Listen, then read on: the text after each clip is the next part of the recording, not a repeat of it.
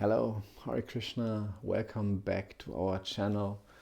We are reading today from this wonderful book, Wonderful Krishna, which contains excerpts from talks of Kadamba Kanana Swami. Kadamba Kanana Swami is physically not present anymore on this earth, but we can be with him, we can be inspired by him, we can learn from him by his words, by listening to him, by hearing from his books, or by remembering him or talking about him.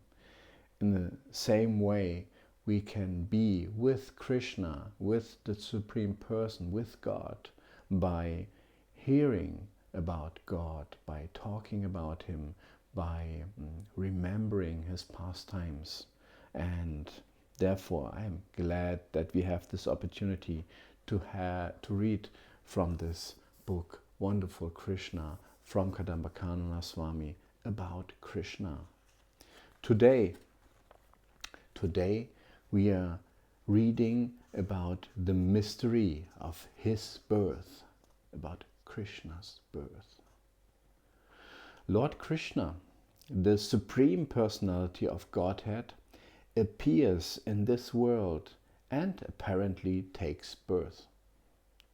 In Srimad Bhagavatam, Srimati Kunti Devi comments on how amazing it is that the Supreme Personality of Godhead appears to take birth and at the same time does not take birth. How amazing is it that he is performing work and yet at the same time is not performing work. Janma kama cha vishvatman ajas yat yakartur atmanaha tiyan nishishu yadasu tat atyanta vidambanam, from Srimad Bhagavatam 1.8.30. One has to understand the nature of the birth and the work of the Lord. He does not take birth.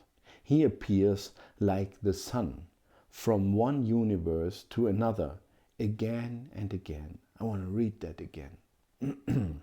He appears like the sun from one universe to another again and again.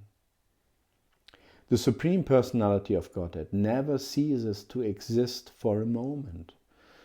We have a very temporary situation, always changing bodies.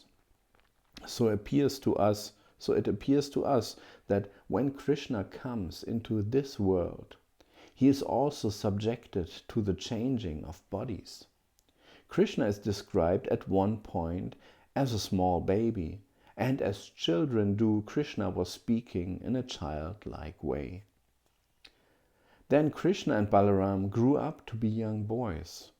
They would walk a little and grab hold of the tall tails of the calves. The calves would pull them through the mud.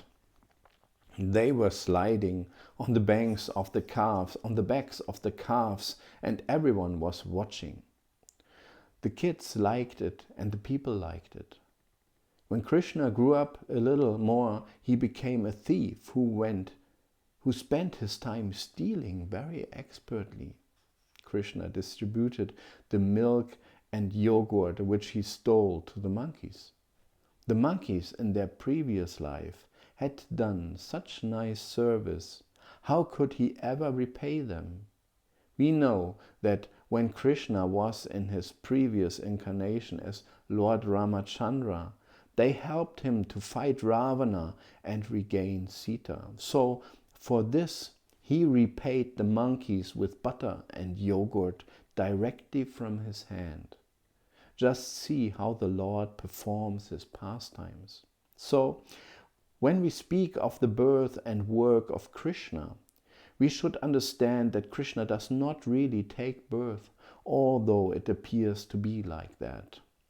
He is eternally the Supreme Personality of Godhead, who sometimes comes within this material world to perform pastimes, especially to reciprocate with his devotees.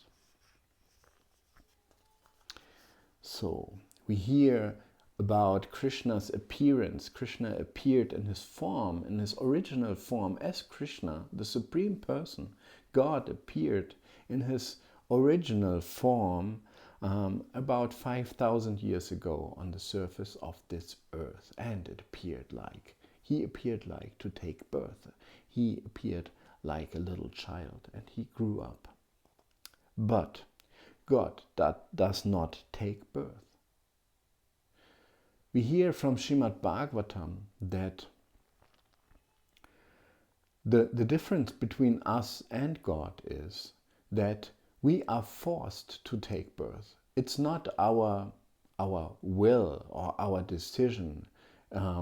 We don't pick particularly this life and choose these circumstances. We might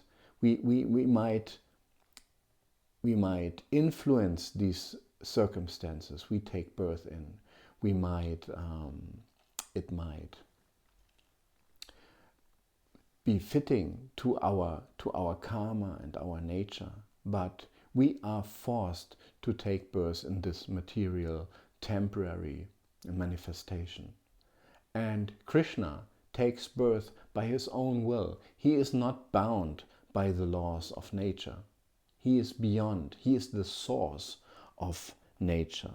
So we can understand that his appearance is completely different from ours. Yet he appeared like a little child and like a boy. So we remember Krishna grabbing hold of the tails of the calves and playing like a child, being dragged by them through the mud, as we heard here. And Kadamba Kanana Swami gave the example that Krishna was stealing butter and milk, especially when he became angry, because he was neglected by his mother at one point. And he distributed the milk and the butter to the monkeys. And we read that in this way he reciprocates with his devotees from previous lives. The monkeys who built the bridge to Lanka to regain Sita. Krishna paid them back directly from his hand. Wonderful, isn't it? And we hear that Krishna appears especially in this world like the sun appears in our universe. Krishna appears in one universe to another, different universes, and Krishna appears in all of them like the sun. To reciprocate with his devotees, with the souls who are searching for him, who are trying to connect with him. So, in this way, we also try to connect to Krishna, because he is our Supreme Father. Everything we have in our lives, we have from Krishna. Without Krishna's will, not even a blade of grass is moving. So, ultimately, it's him we are searching for and his connection. Therefore, we hear about wonderful Krishna. Hare Krishna.